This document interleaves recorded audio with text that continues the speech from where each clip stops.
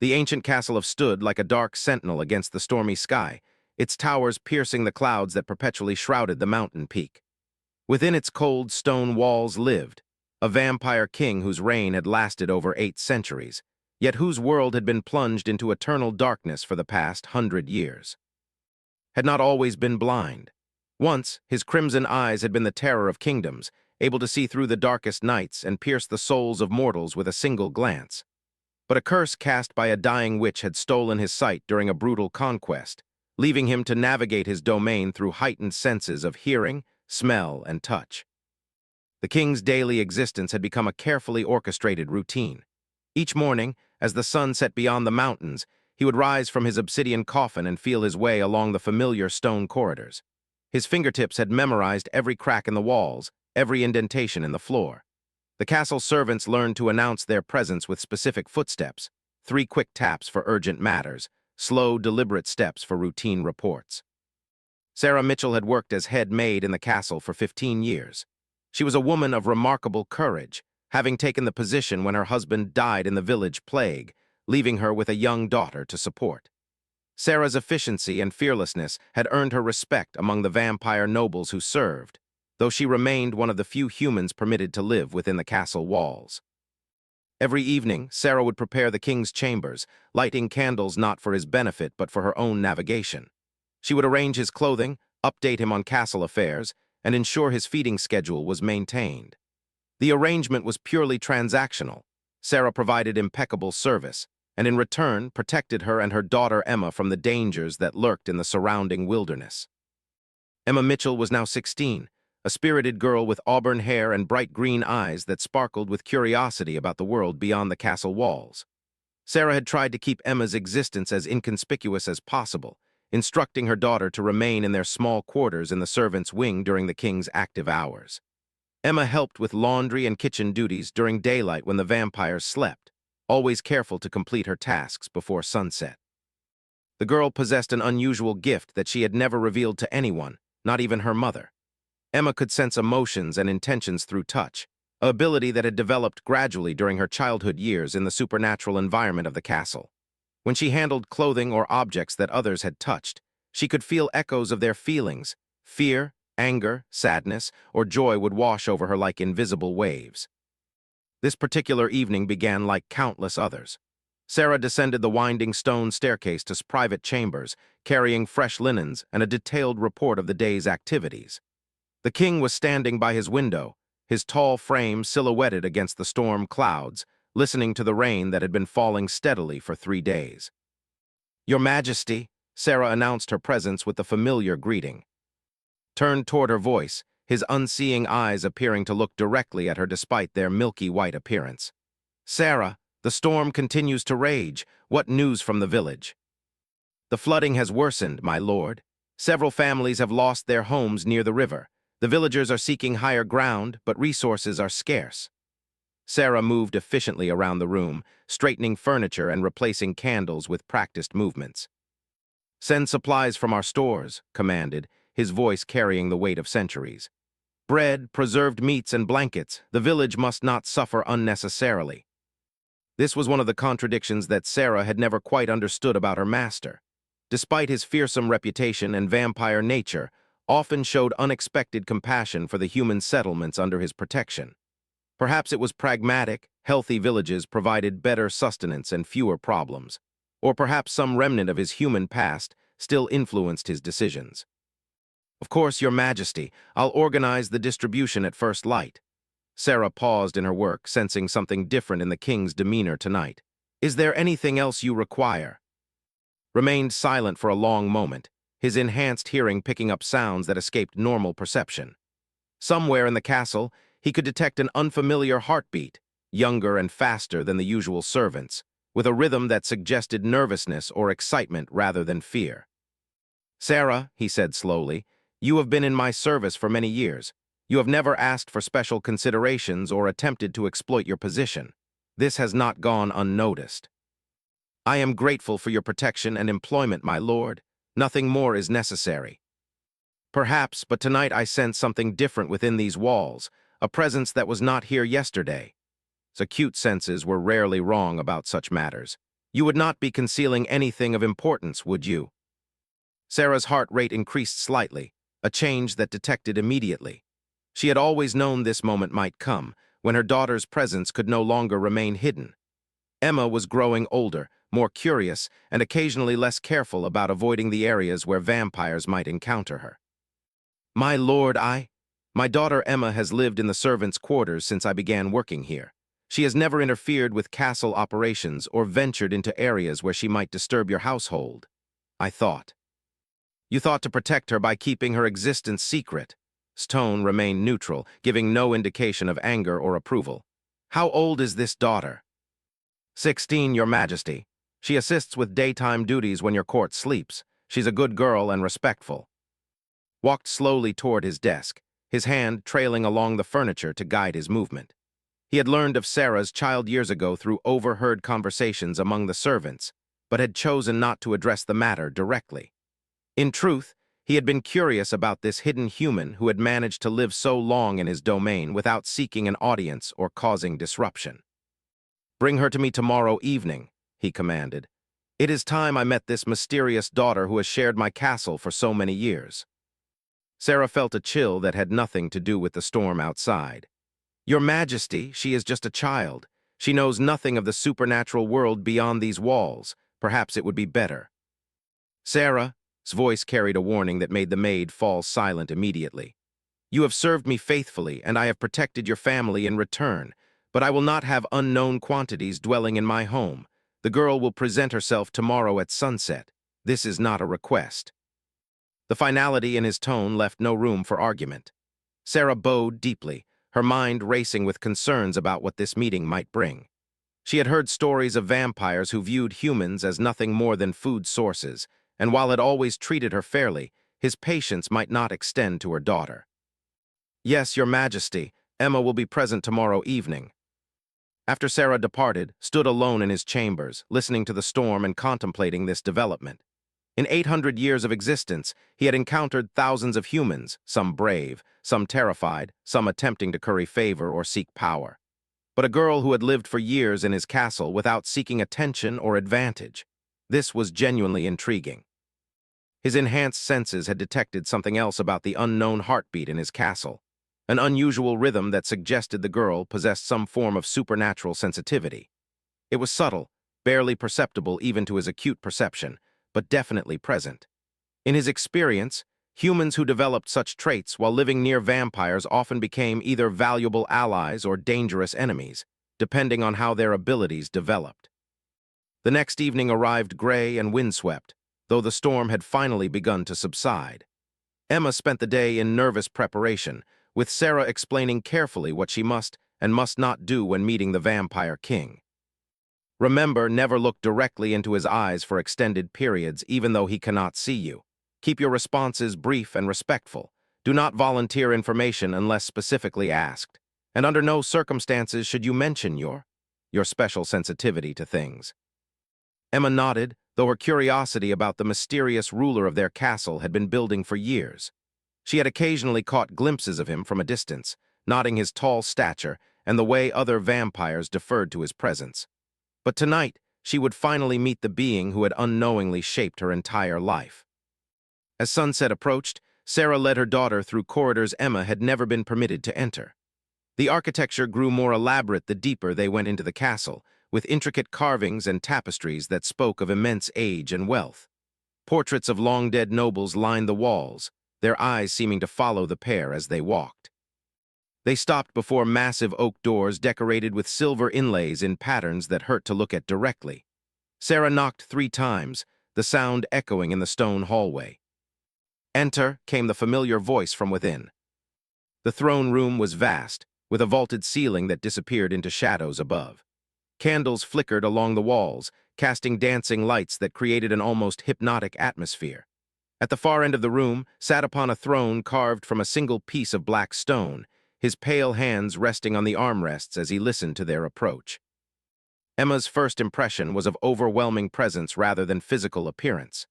Even sitting motionless, the Vampire King radiated an authority that made her instinctively want to bow. His blindness somehow made him seem more intimidating rather than vulnerable, as if his other senses compensated so completely that sight became irrelevant. "Your Majesty," Sarah said, performing a deep curtsy, "I present my daughter, Emma Mitchell." Emma attempted her own curtsy, hoping her nervousness didn't show too obviously. As she straightened, something unexpected happened, her gift activated without warning, triggered by the intense supernatural energy in the room. Suddenly she could sense the Vampire King's emotions as clearly as if they were her own. But instead of the cold hunger or predatory calculations she had expected, Emma felt something entirely different. Loneliness. Profound, centuries-deep loneliness that had carved itself into his very being like water wearing away stone. Mixed with this was curiosity about her, but also a deep weariness that spoke of too many years and too many disappointments. The intensity of the emotional connection was so strong that Emma gasped softly, her hand moving instinctively to her chest. The sound was barely audible, but enhanced hearing caught it immediately. "Interesting," he said, tilting his head slightly. "Tell me, Emma Mitchell, what do you sense in this room?" The question caught both Emma and her mother off guard. Sarah shot her daughter a warning glance, but Emma found herself unable to lie in the face of that ancient loneliness she had felt. "I sense sadness, Your Majesty, and curiosity, but mostly a loneliness so deep it feels like an ocean." The throne room fell completely silent, except for the distant sound of wind through the castle windows. Sarah's face went pale with terror at her daughter's audacity, but leaned forward with genuine interest. "You possess the touch sight," he said, not making it a question. "How long have you been able to sense emotions and intentions?" Emma glanced at her mother, then back to the Vampire King. "Since I was very young, my lord, it grows stronger when I'm near supernatural beings." Stood slowly, his movements fluid despite his blindness. He descended the steps from his throne, approaching them with careful, measured paces. When he stopped, he was close enough that Emma could see the faint scars around his eyes where the curse had taken his sight. "Such abilities are rare and valuable," said. "They can also be extremely dangerous if not properly controlled or if they fall into the wrong hands. Tell me, child, what do you know of the supernatural world beyond these castle walls?" "Very little, Your Majesty. Mother has always said it was safer not to know." "Your mother was wise to protect you, but you are 16 now, old enough to understand the realities of the world you inhabit." Turned his head towards Sarah. "You may go. I would speak with your daughter alone." Sarah's protest died in her throat when she saw the expression on his face. She bowed again, cast one worried glance at Emma, and reluctantly left the throne room. Once they were alone, moved to one of the large windows, gesturing for Emma to join him. She approached cautiously, her gift still picking up waves of emotion from the Vampire King, curiosity, calculation, but also something that might have been longing. "Emma Mitchell," said, staring out into the darkness he could not see, "you have lived in my castle for 16 years without my direct knowledge, developing abilities that few humans possess. This presents me with an interesting dilemma." Emma waited in silence, sensing that he was working through complex thoughts. "I could simply ignore your existence, allow you to continue as you have been. But your abilities make this inadvisable. Power like yours rarely remains hidden forever, and others might seek to exploit or eliminate you if they discovered it." The young woman felt a chill of fear, but underneath his words she sensed something else, a possibility he was considering but had not yet voiced. "Alternatively," he continued, "I could take a more direct interest in your education and development. You would learn to control and strengthen your abilities, understand the supernatural world you already partially inhabit. In return, you would serve my court in matters where your gifts might prove useful." Emma's heart raced as she realized what he was proposing. "You mean, I would work for you, like the other vampires in your household?" "Not like them, but with them. You would retain your humanity, but gain knowledge and protection that few mortals ever receive. You would also gain purpose beyond simple survival." The offer was tempting and terrifying in equal measure. Emma had often felt like she was living only half a life, hidden away and forbidden from exploring the mysterious world that surrounded her daily existence. But accepting's proposal would mean stepping fully into that world, with all its dangers and unknowns. "What would happen to my mother?" Emma asked. "Sarah would continue as head maid, with increased status due to her connection to my court. Her safety and comfort would be guaranteed as long as you both serve faithfully." Turned from the window to face her, his blind eyes seeming to look directly into her soul. But understand, Emma Mitchell, this choice cannot be undone. Once you accept formal position in my household, you become part of the supernatural world completely. There is no returning to the simple life of a servant's daughter. Emma's mind raced through the implications. She thought of the loneliness she had sensed in the Vampire King, the weight of centuries he carried alone. She thought of her mother's constant worry about their precarious position in the castle. And she thought of her own barely understood abilities, growing stronger each year with no guidance or purpose. "May I have time to consider your offer, Your Majesty?" Smiled for the first time in the conversation, an expression that transformed his stern features into something almost human. "Of course, take until tomorrow evening to decide. But Emma," he paused, and she felt a surge of something that might have been hope from him.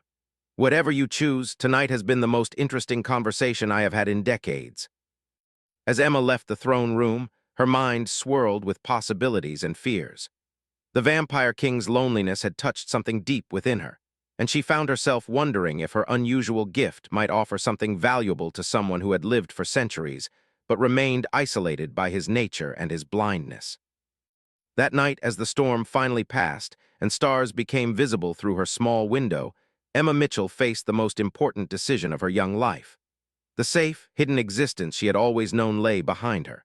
Ahead stretched unknown paths into a world of supernatural powers, ancient vampires, and responsibilities she could barely imagine. But underneath her fear, a growing excitement whispered that this might be exactly the purpose she had been unconsciously seeking all her life. Emma spent a sleepless night weighing her decision, staring at the stone ceiling of her small room while her mind raced through possibilities. When morning came, she found her mother preparing breakfast in the kitchen, moving with mechanical precision that betrayed her nervousness about the previous evening's events. "Mother," Emma said quietly, sitting beside Sarah at the worn wooden table, "tell me honestly, what do you think I should do?" Sarah's hands stilled on the bread she was kneading. For a moment, she looked older than her 43 years, worn down by decades of careful survival in a world where one wrong step could mean death. "I think," Sarah said slowly, "that His Majesty rarely makes offers he doesn't expect to be accepted. I also think that your abilities, whatever they truly are, won't stay hidden much longer whether we want them to or not." Emma nodded, having reached similar conclusions during her long night of thinking. "I can feel things from people when I touch objects they've handled. Emotions, intentions, sometimes even memories if the feelings were strong enough. It's been getting stronger." Sarah's eyes widened slightly. She had suspected her daughter possessed some unusual sensitivity, but hadn't understood the full extent. "How long have you been able to do this?" "Since I was small. Remember when I was 7 and refused to wear that dress you bought from the merchant? I threw such a tantrum that you finally gave it away." "Yes, you said it felt sad and scary. I thought you were just being difficult." "The woman who owned it before had been murdered by her husband. I could feel her terror every time I touched the fabric." Emma shuddered at the memory. "That's when I learned to keep quiet about what I could sense." Sarah reached across the table to take her daughter's hand. "Emma, if you have this gift, and if the Vampire King knows about it, then hiding is no longer an option. The only question is whether you trust him to honor his promises of protection and education." "What do you know about him? Really know, not just the stories." Sarah considered her words carefully. "In 15 years of service, I've never seen him act with unnecessary cruelty. He's demanding and expects absolute competence, but he's also been fair in his dealings. When the village children fell ill with fever 3 winters ago, he provided medicine from his private stores. When bandits threatened the trade routes, he eliminated them personally." "But he's still a vampire," Emma said. "Yes, and that means he operates by different rules than humans. But it also means his word, once given, is binding in ways that human promises are not. Vampires who break their sworn oaths face supernatural consequences that can be worse than death." The conversation was interrupted by a soft knock at their door. Emma opened it to find a pale young woman with silver hair and violet eyes, one of the vampire nobles who served in court. "Pardon the intrusion," the woman said with formal politeness. "I am Isabella, advisor to His Majesty. He has requested that Miss Mitchell join him in the library this evening, whether she has reached her decision or not. There are things she should understand before making her choice." After Isabella departed, Emma spent the day helping her mother with routine duties while her mind continued to wrestle with the decision. As afternoon shadows lengthened, she finally made up her mind. That evening, Emma made her way to the castle's vast library, a room she had only glimpsed from doorways during her years of hiding. The space was breathtaking, shelves stretched from floor to ceiling on 3 levels connected by elegant spiral staircases, filled with books, scrolls, and manuscripts in dozens of languages. The air smelled of aged paper, leather bindings, and something else she couldn't identify. Was seated at a large reading table, his fingers moving across the raised text of a book written in Braille. Several other volumes lay nearby, along with maps and documents that he obviously navigated through touch and memory. "You're precisely on time," he said without looking up from his reading. "Punctuality is an admirable trait, especially when facing important decisions." Emma approached the table, noting how even in this scholarly setting, the Vampire King's presence dominated the room. "Your Majesty, I've made my decision." "Have you? Before you share it, I want you to understand exactly what you would be agreeing to." Closed the book and gestured to a chair across from him. "Sit. There are things about your abilities and about this world that you need to know." Emma settled into the indicated chair, her gift immediately picking up waves of intensity from anticipation mixed with something that felt almost like protective concern. "Your touch sight," began, "is a form of psychometry, the ability to read the psychic impressions left on objects or places by strong emotions. It's extraordinarily rare among humans, and typically only develops in those who have been exposed to significant supernatural energies from an early age." "You mean living in this castle caused it?" "Living near vampires, yes. Our presence tends to enhance latent psychic abilities in sensitive humans. Most develop basic empathy or slightly improved intuition. What you have is far more advanced." Stood and moved to one of the, retrieving a small wooden box. He returned and placed it on the table between them. "This contains a ring that belonged to a human woman named who lived in this castle 200 years ago. She was the daughter of my previous head of household. Touch it and tell me what you sense." Emma hesitated, then reached out to lift the lid of the box. Inside lay a simple gold band set with a small emerald. The moment her fingers made contact with the metal, visions flooded her mind. She saw a young woman with dark hair, laughing as she danced in a great hall filled with music and candlelight. But the joy was tinged with desperate sadness. Knew she was dying, her human nothing compared to the vampires she loved like family. Emma felt the woman's fierce determination to live fully in whatever time remained, and her deep affection for the blind vampire king who had protected her throughout her life. "She loved you like a father," Emma gasped, pulling her hand away from the ring. "But she was dying of some wasting disease. She was afraid you blamed yourself because you couldn't save her." His expression remained carefully controlled, but Emma's gift caught the wave of old grief that swept through him. "Lived to be 47, which was remarkable given her condition. She served as my advisor and companion for 30 years. Her death was difficult." "You've been alone since then." "I have had courtiers and servants. I have not been isolated." Emma shook her head. "That's not what I mean. You've been emotionally alone. You loved her like a daughter, and when she died, you decided it was easier not to form such attachments again." The accuracy of her reading clearly unsettled. He moved restlessly around the table, his hand trailing along the furniture edges to guide his movement. "Your abilities are indeed remarkable," he said finally. "But they also make you dangerous, both to others and to yourself. Unchecked psychometry can lead to madness as the minds of others overwhelm your own consciousness. You need training to control what you perceive and how deeply you allow it to affect you." "And you could provide this training?" "I could. I have lived long enough to study many forms of supernatural ability. I also have contacts among other immortals who possess different expertise."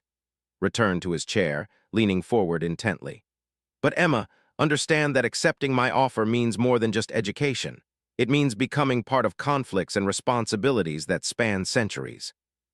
"What kind of responsibilities?" Was quiet for a long moment, weighing how much to reveal. "There are other supernatural beings in this world besides vampires. Some are allies, some are neutral, and some are actively hostile to vampire kind and to humans under our protection. My court serves not just as local rulers, but as guardians maintaining a balance that keeps supernatural wars from spilling over into human populations." Emma felt the weight of ancient burden in his words. You want me to help with these conflicts, to use my abilities in some kind of supernatural politics. I want you to help me understand them better. Your psychometry could provide insights into the motivations and truthfulness of those we encounter. Filled a similar role during her lifetime. She could read body language and vocal cues with remarkable accuracy, helping me navigate situations where my blindness might have been a disadvantage. The comparison to the woman whose ring she had just touched was not lost on Emma. She sensed that was offering her more than just training and protection. He was offering her the chance to become truly important to someone who had lived for centuries. If I agreed, Emma said carefully, what would my daily life look like? You would spend your mornings in education, languages, history, supernatural lore, control of your abilities. Afternoons would be devoted to practical training in skills you'll need to function effectively in my court. Evenings would involve participating in court activities and assisting me with matters where your insights prove valuable. And my mother's. Sarah would be informed of your new position and elevated accordingly. She would continue to run the household staff, but with increased authority and resources. Her safety would be absolutely guaranteed. Emma's mind raced through the implications. The offer was generous, almost impossibly so. But underneath's carefully controlled exterior, her gift sensed something else, hope. Real, desperate hope that she would accept and provide the companionship he had been missing for decades. Your Majesty, Emma said slowly, may I ask you something personal? Nodded, though his posture tensed slightly. Why is this so important to you? You've survived alone for 200 years since died. You have advisors and servants and your court. Why do you need me specifically? The question hung in the air between them like a challenge. Remained silent for so long that Emma began to wonder if she had overstepped some crucial boundary. Finally, he spoke, his voice softer than she had ever heard it. Because in 800 years of existence, I have found that the most valuable thing any being can possess is a connection to someone who sees them clearly, without illusion or agenda. Had that ability naturally. You have it enhanced by supernatural gift. Emma felt the truth of his words resonate through her psychometry, along with layers of loneliness and hope that made her heart ache in sympathy. I have one condition, she said. His eyebrows rose slightly. You are in a position to make conditions. I want to continue seeing my mother regularly, not just formal meetings, but real time together. Family meals when possible, conversations about ordinary things. I don't want to lose that connection. Granted, family bonds are precious things. I would not ask you to sacrifice yours unnecessarily. Emma took a deep breath, sensing that she was about to step across a threshold from which there could be no return. Then I accept your offer, Your Majesty. I will join your court and learn to use my abilities in your service. The smile that crossed his face was radiant with genuine pleasure. Excellent. Your training begins tomorrow evening. He paused, seeming to consider something. Emma, there is one more thing you should understand. Among vampires, formal acceptance into a court creates a bond that goes beyond simple employment. You become family in the supernatural sense. That means protection, loyalty, and obligation that extends far beyond normal human relationships. What kind of obligation? Honesty, for one. You may never deceive me or work against my interests while you remain part of my household. Discretion. You may never reveal supernatural secrets to outsiders without permission. And permanence. Once sworn into vampire court, the bond typically lasts until death. Emma felt a flutter of nervousness, but underneath it, a growing excitement about the path opening before her. I understand, Your Majesty. Then we will formalize your position tomorrow evening with the appropriate ceremony. Until then, enjoy your last day as simply Sarah Mitchell's daughter. As Emma left the library, her mind buzzed with everything that had just transpired. She had committed herself to a life she could barely imagine, serving a being whose loneliness she had felt as powerfully as physical touch. But for the first time in her 16 years, she felt as though she might finally have found a purpose worthy of the strange abilities that had always set her apart. The next evening arrived crisp and clear, with stars visible through the castle windows for the first time in weeks. Emma had spent the day saying goodbye to her old life, packing away her simple servant's clothing, sharing a final meal with her mother as just another member of the household staff, walking through the sections of the castle that had been her entire world. Now she stood in the throne room again, but this time she was not alone with The entire vampire court had assembled, dozens of pale, elegant beings whose ages spanned centuries. Isabella stood at its right hand, while other nobles arranged themselves according to some hierarchy Emma didn't yet understand. Emma Mitchell's voice carried easily through the vast space. You have requested formal acceptance into the court of. Do you swear to serve faithfully, maintain discretion in all supernatural matters, and honor the bonds of loyalty that bind this household? I do so swear, your majesty. Descended from his throne, carrying an ornate silver chalice filled with what Emma's enhanced senses told her was blood mixed with something else, something that made the air around it shimmer with supernatural energy. Then drink and be welcomed as family among the children of the night. Emma accepted the chalice with steady hands, though her heart raced with anticipation and slight fear. The liquid was warm and tasted of copper and herbs, with an underlying sweetness that made her think of honey and starlight. As she swallowed, she felt something fundamental shift within her consciousness, like a door opening onto vast new spaces in her mind. The vampires around the room began to move forward, each placing a hand briefly on her shoulder in what she realized was a formal acknowledgement of her new status. Through each touch, her psychometry activated, giving her glimpses into the minds and histories of beings who had lived for centuries. Isabella's touch brought visions of Renaissance courts and political intrigue spanning decades. A dark-haired vampire named Vincent showed her memories of battlefields where supernatural creatures fought wars that never made it into human history books.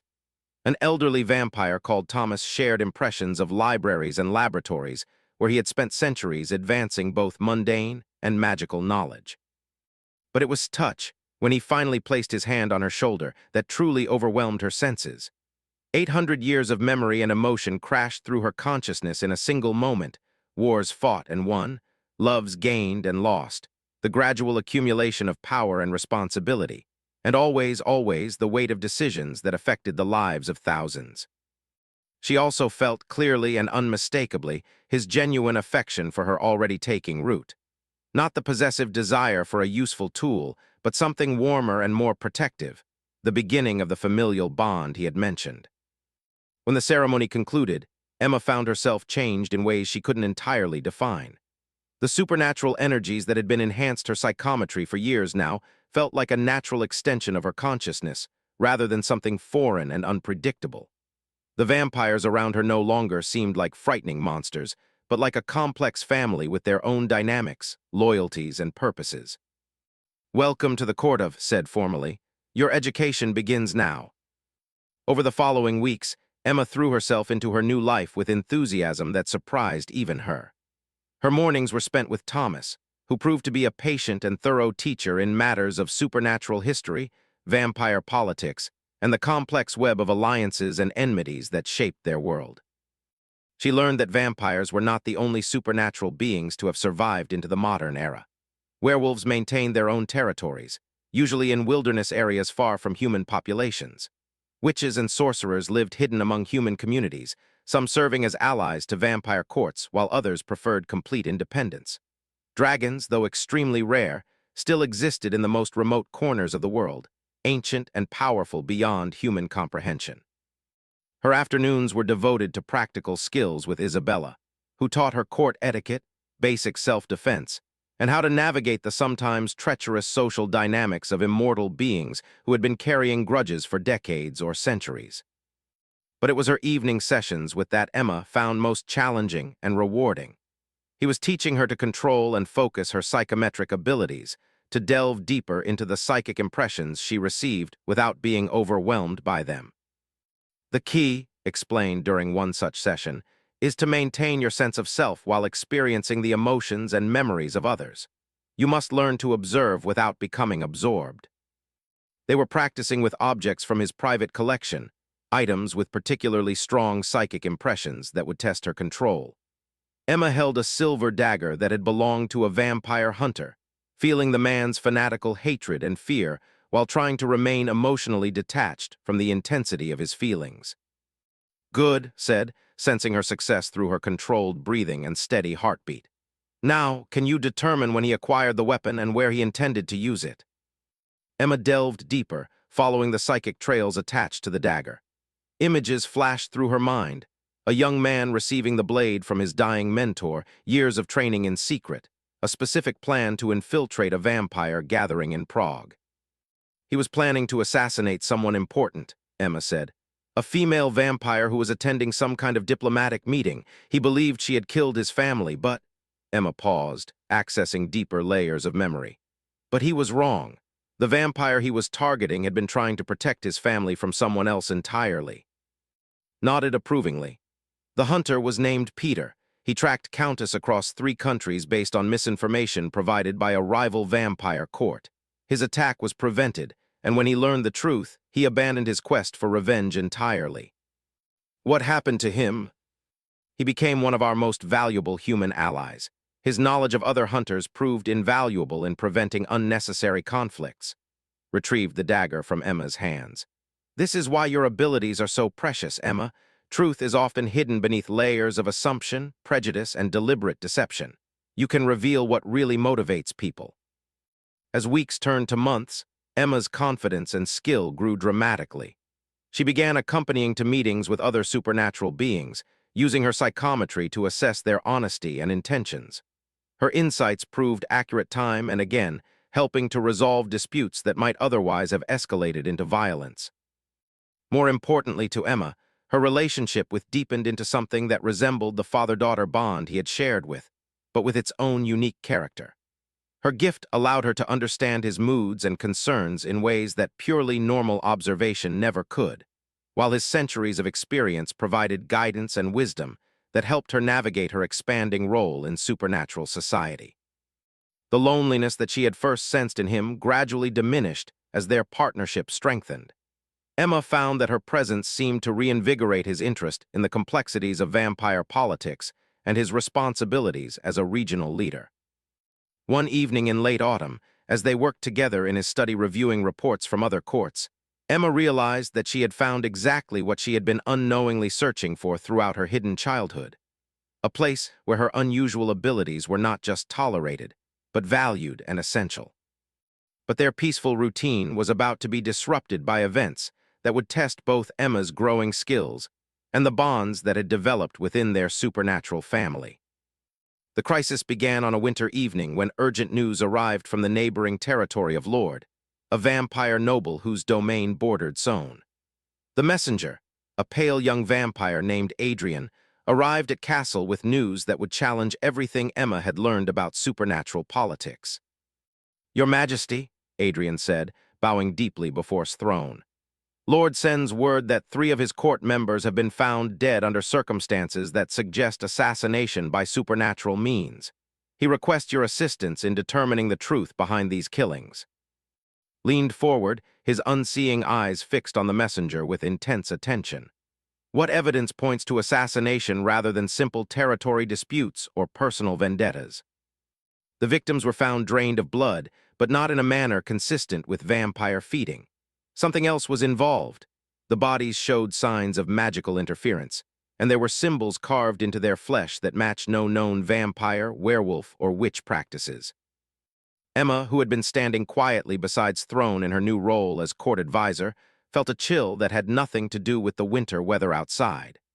Through her psychometry, she could sense the messenger's genuine fear and confusion, but underneath those emotions was something else, a carefully hidden layer of information he was not sharing. Was silent for several long moments, weighing the implications of this news.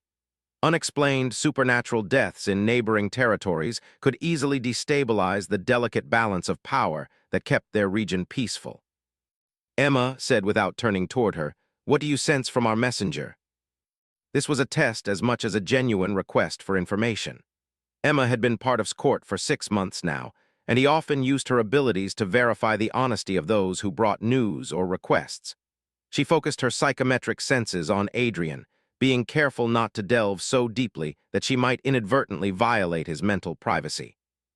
"He's telling the truth about the deaths and the unusual circumstances," Emma said carefully. "But he's also withholding information about something he witnessed personally, something that frightened him badly enough that he's reluctant to share it even with Lord." Adrian's composed expression flickered with surprise and apprehension. "Your Majesty, I have reported everything Lord instructed me to convey." His voice carried the weight of centuries of authority. "Adrian Blackwood, you have served the court for 47 years. In all that time, have I ever known you to be anything but completely forthcoming in your communications?" The young vampire's resistance crumbled under penetrating attention. "Your Majesty, I did witness something additional, but Lord specifically instructed me not to mention it unless directly questioned." "Consider yourself directly questioned." Adrian's nervousness increased dramatically, and through her gift, Emma could feel his internal struggle between loyalty to his own lord and respect for authority. "I saw one of the perpetrators, my lord, during the attack on Counselor Helena. I was returning from patrol when I heard sounds of struggle from her private chambers. When I investigated, I saw a figure draining her blood, but it was not a vampire." Leaned back in his throne, his expression growing more serious. "Describe what you saw." The being appeared human at first glance, but moved with supernatural speed and strength. Its eyes glowed with an unnatural blue light, and when it fed, the victim's blood seemed to flow into it through direct contact rather than through bite marks.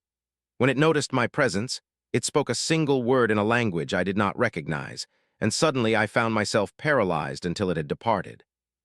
Emma felt a jolt of recognition. During her education with Thomas, she had studied accounts of various supernatural entities, and Adrian's description matched something she had read about in one of the oldest texts in its library. "Your Majesty," Emma said quietly, "I believe the attacker may have been a blood sorcerer." The throne room fell completely silent. Even Adrian, despite his limited knowledge of arcane matters, understood that blood sorcerers were among the most dangerous of supernatural beings. Turned his attention fully toward Emma. "Explain." "Blood sorcerers are humans who have gained vampire-like abilities through dark magic rather than transformation. They can drain life force through direct contact and possess enhanced speed and strength, but they're not bound by the same limitations as true vampires. They can move freely in daylight, cross running water, and are not affected by holy symbols or garlic. More importantly," added grimly, "they are not bound by the supernatural laws that govern vampire behavior. They feel no compulsion to honor agreements or treaties, and they cannot be trusted to maintain the secrecy that protects all supernatural beings from human discovery." Adrian's face went pale as the implications sank in. "My lord, if blood sorcerers are involved, this is far more serious than Lord realized." Stood abruptly, his decision made. "We leave for domain tomorrow evening. Emma, you will accompany me. Your abilities may be crucial in unraveling the truth behind these attacks." The next evening, their small party set out for Castle, Emma, Isabella, and 2 other vampire guards for protection. The journey took them through ancient forests where the trees grew so thickly that even supernatural vision could barely penetrate the darkness between them. Emma rode beside's carriage, marveling at how his enhanced senses allowed him to navigate even in conditions where his blindness should have been a severe disadvantage. He could identify changes in terrain through sound and air currents, detect the presence of other creatures through scent, and maintain perfect awareness of their party's location and direction. "Tell me about Lord," Emma said as they traveled. "What should I expect when we meet him?" Was quiet for a moment, choosing his words carefully. "Is nearly as old as I am, but his approach to leadership is quite different. Where I prefer diplomacy and careful consideration, he tends toward direct action and forceful solutions. He's honorable in his own way, but sometimes impatient with subtlety." "Are you friends?" "We are allies by necessity and mutual respect rather than personal affinity.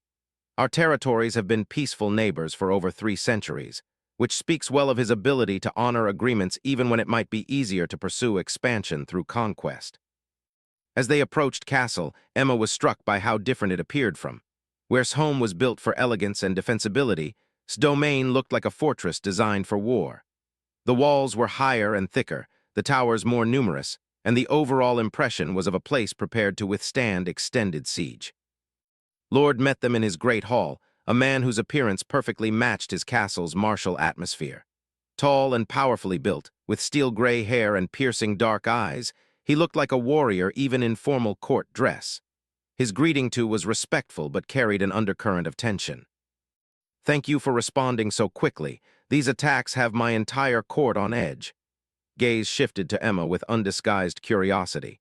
And this must be the young advisor I've heard whispers about, the human with unusual gifts. Emma felt the weight of his attention like a physical pressure. Through her psychometry, she sensed that was testing her, trying to gauge whether she was truly as capable as reports suggested or merely an interesting novelty. "My lord," Emma replied with a formal bow, "I am honored to assist in any way possible." His expression showed approval of her composure. "Good, because I have something I want you to examine that may prove crucial to understanding what we're facing." He led them to a private chamber where the personal effects of the murdered vampires had been collected for study. The room felt heavy with residual supernatural energy, and Emma's gift immediately began picking up impressions of fear, confusion, and violent death. "These belong to Helena, the first victim," said, indicating a collection of jewelry and personal items on a table near the window. "I've had my own court sorcerer examine them, but his findings have been incomplete."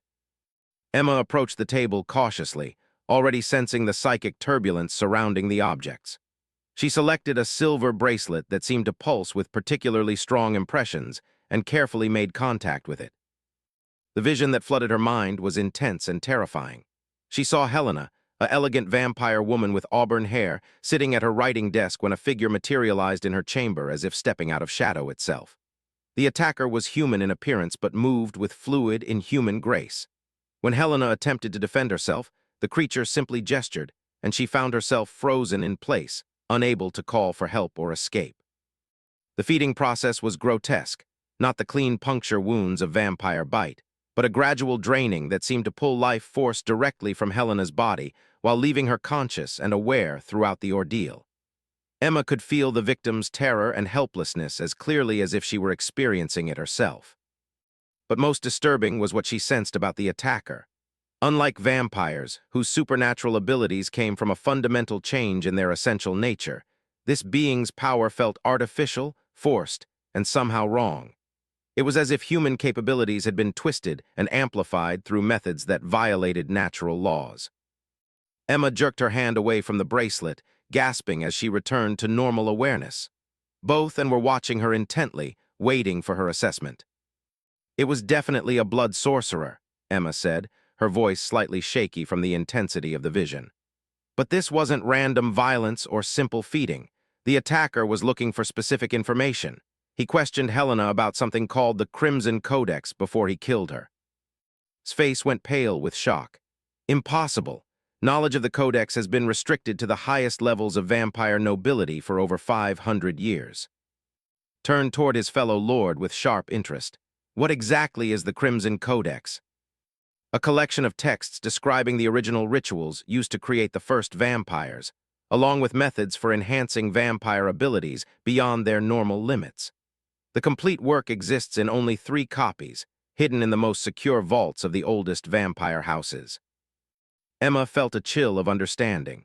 Someone is trying to collect these copies. The blood sorcerer wasn't just killing randomly. He was hunting for specific targets who might know the location of the Codex volumes. "But why would a blood sorcerer want vampire creation rituals?" Isabella asked. "They've already achieved supernatural abilities through their own methods." Was quiet for several long moments, his brilliant mind working through the implications.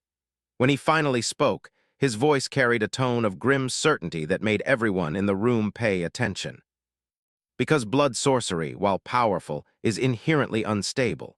The artificial enhancement of human capabilities eventually breaks down, usually resulting in madness or death. But if a blood sorcerer could access the true vampire transformation rituals, they could potentially achieve genuine immortality and stability while retaining their ability to function in daylight," Emma finished, understanding flooding through her. "They would become something entirely new and extremely dangerous." Began packing restlessly around the chamber. "The nearest copy of the Codex is hidden in the vault beneath the Montclair estate, 3 days' travel south of here. If our theory is correct, that will be the sorcerer's next target." "Then we must reach there first and warn Lord Montclair," said decisively.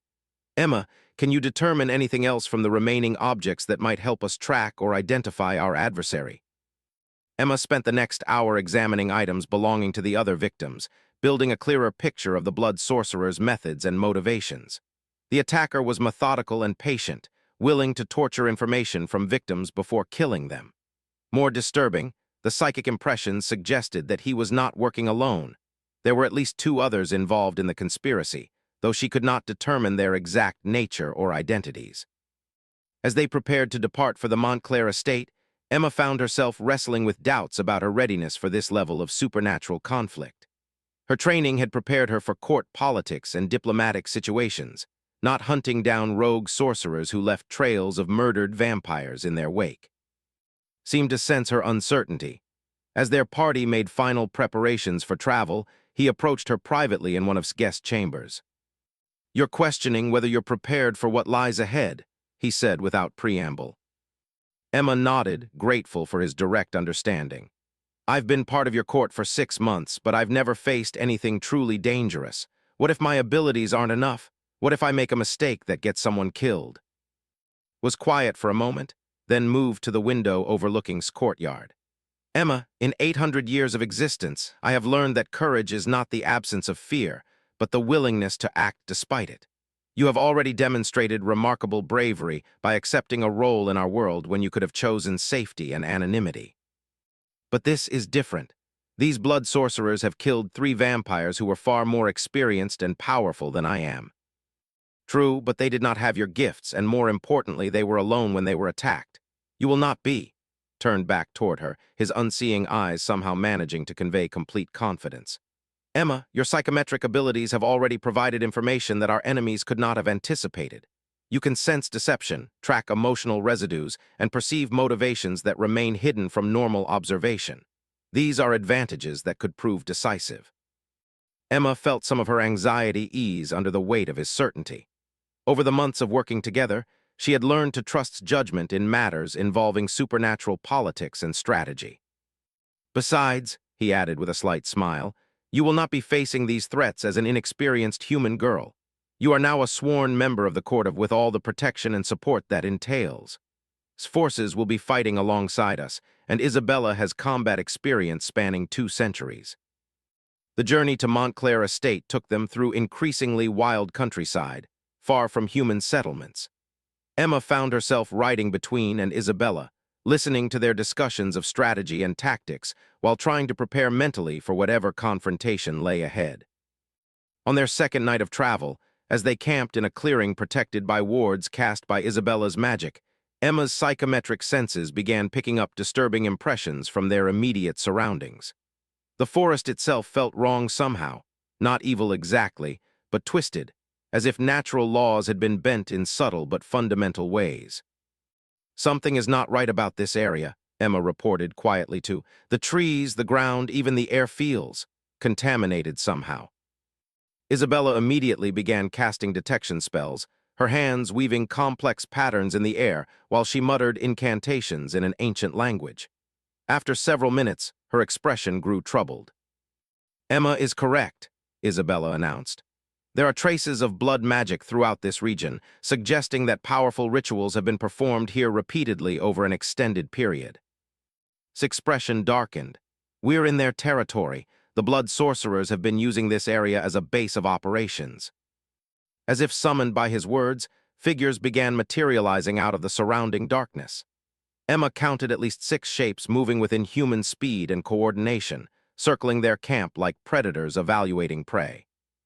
"Stay close to me," commanded quietly, drawing a sword that gleamed with supernatural light. "Emma, use your abilities to identify their leader and primary motivations. Isabella, prepare defensive wards. Coordinate our physical response." The first attack came without warning, as one of the blood sorcerers launched itself directly at Emma, moving with speed that made it appear as little more than a blur. But superhuman reflexes allowed him to intercept the creature despite his blindness, his sword meeting its claws in a shower of sparks that briefly illuminated the combatants. Emma barely had time to register the attacker's appearance, humanoid but somehow wrong, with elongated limbs and eyes that glowed with unnatural blue fire, before the battle erupted around her in chaos of supernatural violence. Isabella's magic created barriers of crackling energy that deflected attacks, while she hurled bolts of silver fire at their enemies. Fought with brutal efficiency, his centuries of combat experience evident in every movement as he cut down two attackers in rapid succession. But it was who truly dominated the battlefield despite his blindness. His enhanced senses allowed him to track every enemy movement, while his sword work displayed the deadly precision of someone who had been perfecting his skills for 8 centuries. Emma watched in awe as he moved through the combat like a deadly dance, never missing a parry or counterstrike. Throughout the battle, Emma focused her psychometric abilities on the lead attacker, trying to glean information about their plans and motivations. What she discovered was deeply disturbing. The Blood Sorcerer was not just seeking the Crimson Codex for personal gain, but was part of a larger conspiracy involving multiple supernatural factions united in their hatred of vampire kind. The fight ended as suddenly as it had begun when managed to corner and destroy the lead sorcerer. The remaining attackers fled into the darkness, but not before Emma caught a final psychic impression that chilled her to the bone. They had been deliberately delaying the rescue party, allowing their allies time to reach Montclair estate ahead of them. "We're too late," Emma said as the supernatural silence of the aftermath settled around them. "That was a distraction. The real attack on Lord Montclair has already begun." Sheathed his sword with controlled fury. "Then we ride through the night. If we push our mounts to their limits, we might still arrive in time to provide assistance." The final approach to Montclair estate revealed Emma's fears had been justified. Smoke rose from several buildings, and the usual magical defenses that should have surrounded the ancient manor house were conspicuously absent. As they crested the final hill, they could see figures moving around the main building, with purpose that suggested the primary assault was still ongoing. "The vault," said grimly, pointing toward a separate stone structure behind the manor house. "If they haven't breached it yet, we might still prevent them from acquiring the codex." Their final charge toward the estate was a desperate race against time. Emma clung to her horse's neck as they galloped across open ground under starlight, her psychometric senses overwhelmed by the residual emotions of violence and fear that permeated the area. The battle for Montclair estate would test not only Emma's supernatural abilities, but also the bonds of loyalty and trust that had developed between her and the vampire nobles who had become her chosen family. In the vault beneath the burning manor house, surrounded by enemies who sought power that could reshape the entire supernatural world, she would finally understand the true cost and responsibility of the gifts she had inherited. As they approached the vault entrance, Emma could sense that Lord Montclair was still alive inside, but wounded and running out of time. The final confrontation would require everything she had learned about courage, strategy, and the proper use of her psychometric abilities. The story of the blind vampire king and the maid's child was about to reach its climax in a battle that would determine the fate of vampire kind, and the delicate balance that kept the supernatural world hidden from human knowledge. Standing at the threshold of the vault, with steady presence beside her and the weight of supernatural responsibility on her shoulders, Emma Mitchell prepared to prove that her unusual gifts were indeed worthy of the trust that had been placed in her. The final battle began as she stepped into the darkness, ready to use her abilities not just to survive, but to protect the found family that had given her life meaning and purpose beyond anything she had ever imagined possible.